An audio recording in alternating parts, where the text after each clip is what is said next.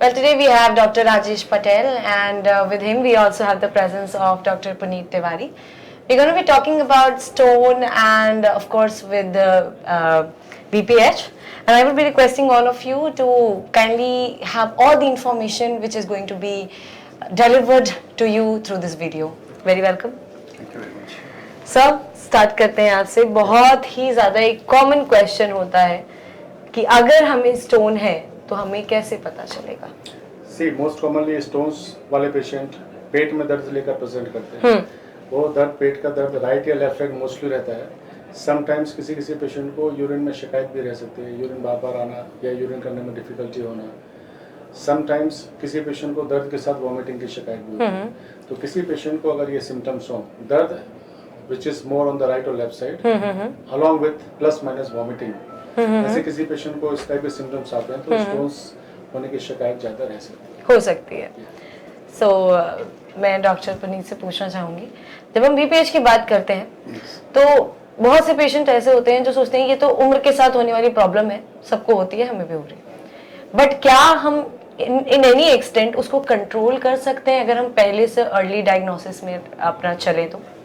BPS इसलिए general लोग नहीं समझ पाते, इसलिए बीपीएस ना कहकर प्रोस्टेट की बीमारी बोल सकते हैं. हाँ, ये कह सकते हैं. तो प्रोस्टेट की बीमारी एक उम्र की बढ़ने से बढ़ती है. हाँ जी, एजिंग प्रोसेस है. जैसे बाल सफेद होते हैं वैसे प्रोस्टेट भी सफेद होती है, इसलिए इनलाज हो जाती है. ओके, तो ओनली अब चूंकि जो नेचुरल चीज है उसको अपन रोक नहीं सकते, लेकिन अपनी लाइफ स्टाइल चेंज करके उसको कंट्रोल या डिले कर सकते हैं.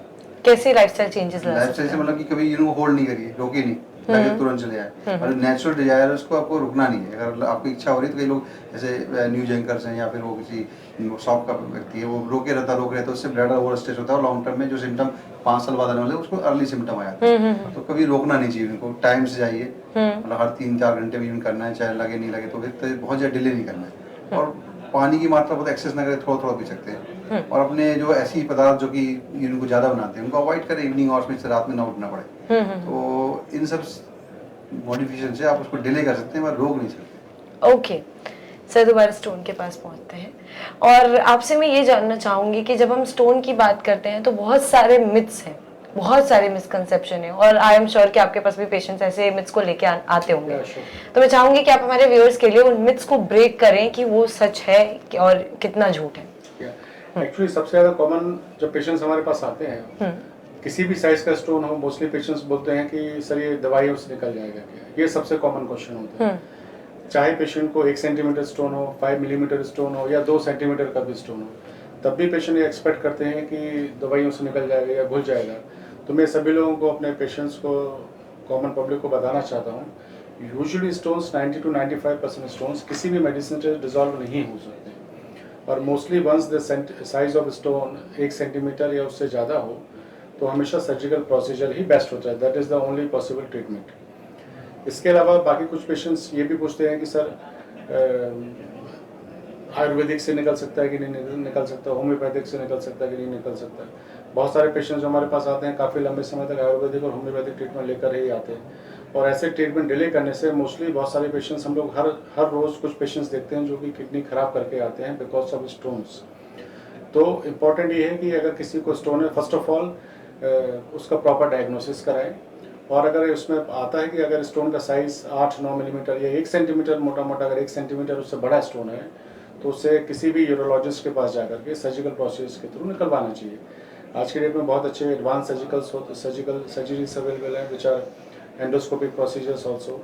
तो यूजुअली बहुत सारे स्टोन क्लियरेंस, 100% स्टोन क्लियरेंस बहुत ही अच्छे तरीके से अचीव हो जाता है. So this are the most common myths which we find in our routine practice.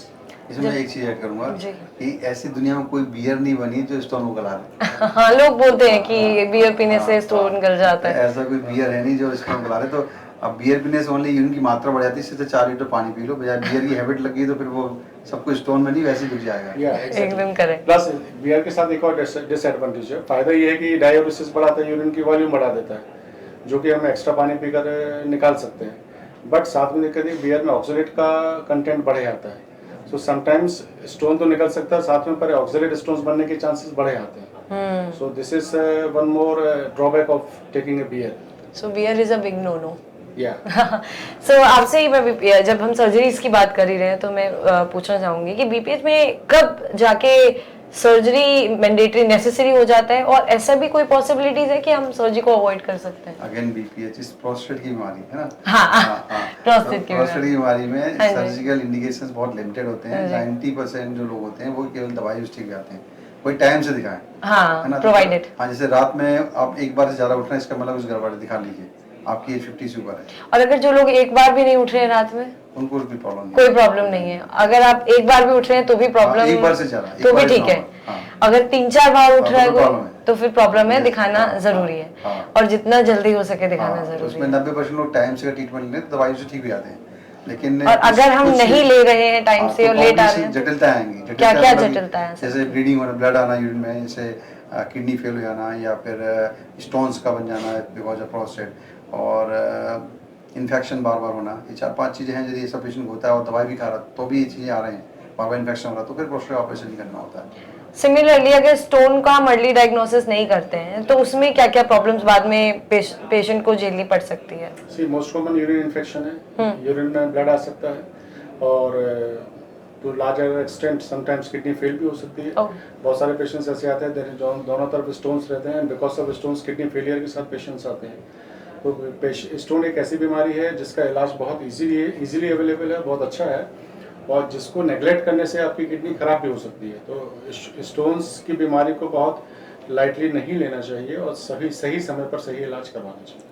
और जब किडनी स्टोन्स में ये डायग्नोस होता है कि किडनी फेलियर हो चुका है, तो उसको कोई रिवर्स करने का ऑप्शन होता है या not? Initially to some extent, अगर एक्यूट रीनल फेलियर जिसको बोलते हैं, ARF बोलते हैं जिसको, अगर एक्यूट फेलियर है तो उसको तो हम स्टोन्स निकाल के ठीक कर सकते हैं, जो कि काफ़ी कुछ पेशेंट्स में ठीक भी हो जाता है। बट उसी प्रोसेस को पेशेंट्स और डिले करते हैं तो फिर finally patient chronic kidney failure में चला जाता है, जिसको रिवर्स नहीं कर सकते, और finally renal replacement surgery either bye dialysis और किडनी ट्रांसप्लांट ही करना पड़ता है।